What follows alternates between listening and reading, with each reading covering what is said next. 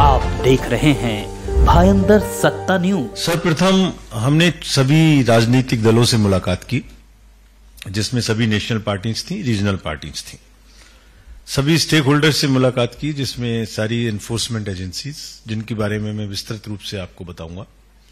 All the district magistrates, commissioners of police, chief secretary, DGP, all the senior officers who are responsible for creating facilities at the polling stations and also making arrangements. We met all. We directed everyone about what is expected of them. So let me first start with the political parties.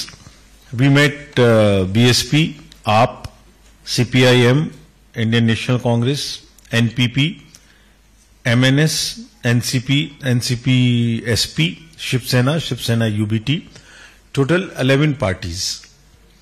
तो parties ने हमसे क्या कहा, पहले मैं ये आपको बताता हूं, so that what they wanted from us. सभी पार्टीज ने ऑलमोस्ट पहले तो ये कहा कि दिवाली और देव दिवाली और छठ की फेस्टिविटीज हैं, काफी फेस्टिवल सीजन है आगे, तो उसको ध्यान में रखकर ही चुनावों की घोषणा डेट्स की जाए।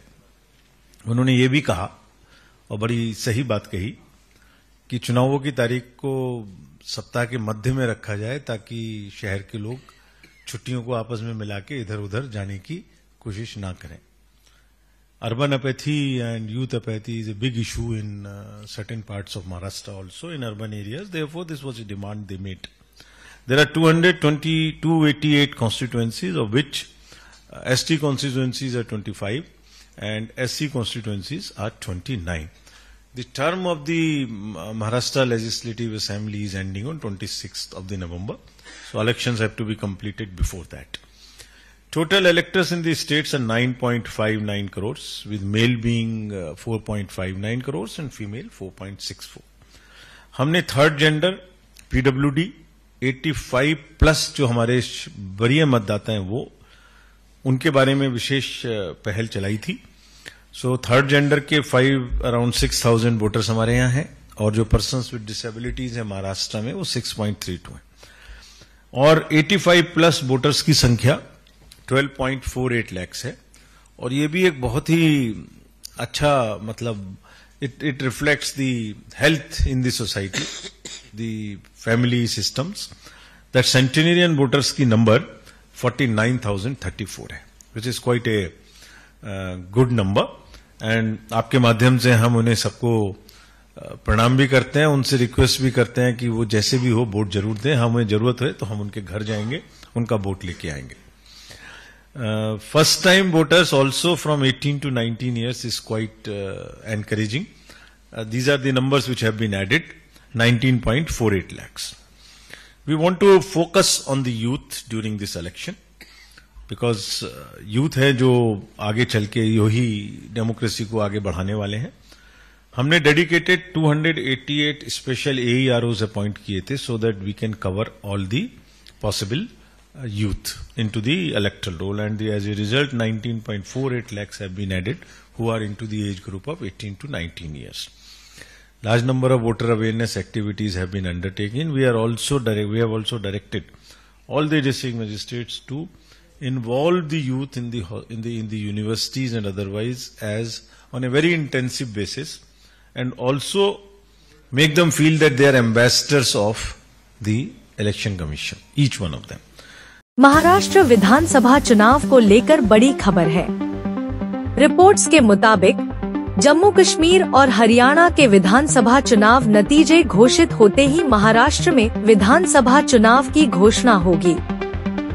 महाराष्ट्र की 288 सदस्यीय विधानसभा के लिए नवंबर के मध्य में चुनाव होने की प्रबल संभावना है।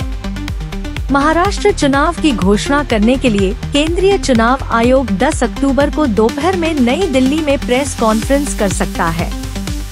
चुनाव की घोषणा होते ही राज्य में आचार संहिता लागू हो जाएगा। जम्मू कश्मीर और हरियाणा में विधानसभा चुनाव के नतीजे 8 तारीख को घोषित किए जाएंगे। सूत्रों का कहना है कि इसके बाद चुनाव आयोग महाराष्ट्र और झारखंड के चुनावों को एक साथ करवाएगा। महाराष्ट्र में विधानसभा चुनाव के लिए सियासी रण सज चुका है। सभी राजनीतिक दल तैयारियों में जुटे हैं। सत्तारूढ़ महायुति और विपक्षी गठबंधन महाविकास अघाड़ी (MVA) में सहयोगियों के बीच सीट बंटवारे पर बातचीत अंतिम चरण में है। वहीं इच्छुक उम्मीदवारों ने भी कमर कस ली है और दलबदल का खेल भी शुरू हो गया है।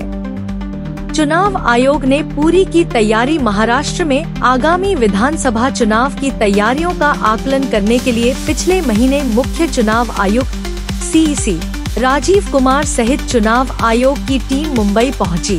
इस दौरान 14 सदस्यीय केंद्रीय चुनाव आयोग की टीम ने राज्य के राजनीतिक दलों से चर्चा की और साथ ही सुरक्षा व्यवस्था और अन्य मामलों की भी समीक्षा की।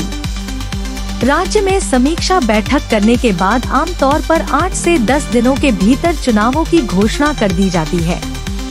केंद्रीय चुनाव आयोग की मुंबई में हुई प्रेस कॉन्फ्रेंस में भी ऐसे संकेत दिए गए, लेकिन महाराष्ट्र में चुनाव कब होंगे इसका सीधा जवाब देने के बजाय मुख्य चुनाव आयुक्त ने इसे टाल दिया। CEC राजीव कुमार ने शनिवार 28 सितंबर को कहा कि महाराष्ट्र में चुनाव 26 नवंबर से पहले हो जाएंगे। इस दौरान उन्होंने कहा, हम महाराष्ट्र में होने वाले आगामी विधानसभा चुनावों की तैयारियों के लिए यहाँ आए हैं। हमने राष्ट्रीय दलों और क्षेत्रीय दलों के नेताओं से मुलाकात की। हमने हितधारकों, DM, पुलिस आयुक्त, DGP से मुलाकात की। हमने बसपा, आप, CPI, M, कांग्रेस, मनसे, NCP, सपा, शिवसेना, UBT, शिवसेना सहित कुल 11 दलों के नेताओं से मुलाकात की। उन्होंने हमें चुनाव की तारीखों की घोषणा करने से पहले दिवाली, देव दिवाली और छठ पूजा जैसे त्योहारों पर विचार करने के लिए कहा है। पिछले साल कब हुआ था चुनाव?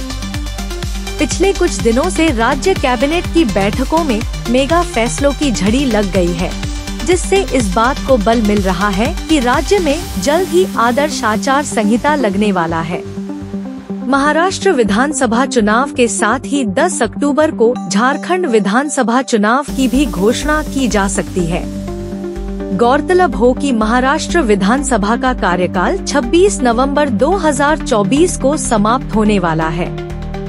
2019 में महाराष्ट्र की 288 विधानसभा सीटों के लिए 21 अक्टूबर 2019 को एक ही चरण में मतदान हुआ और वोटों की गिनती 24 अक्टूबर को हुई।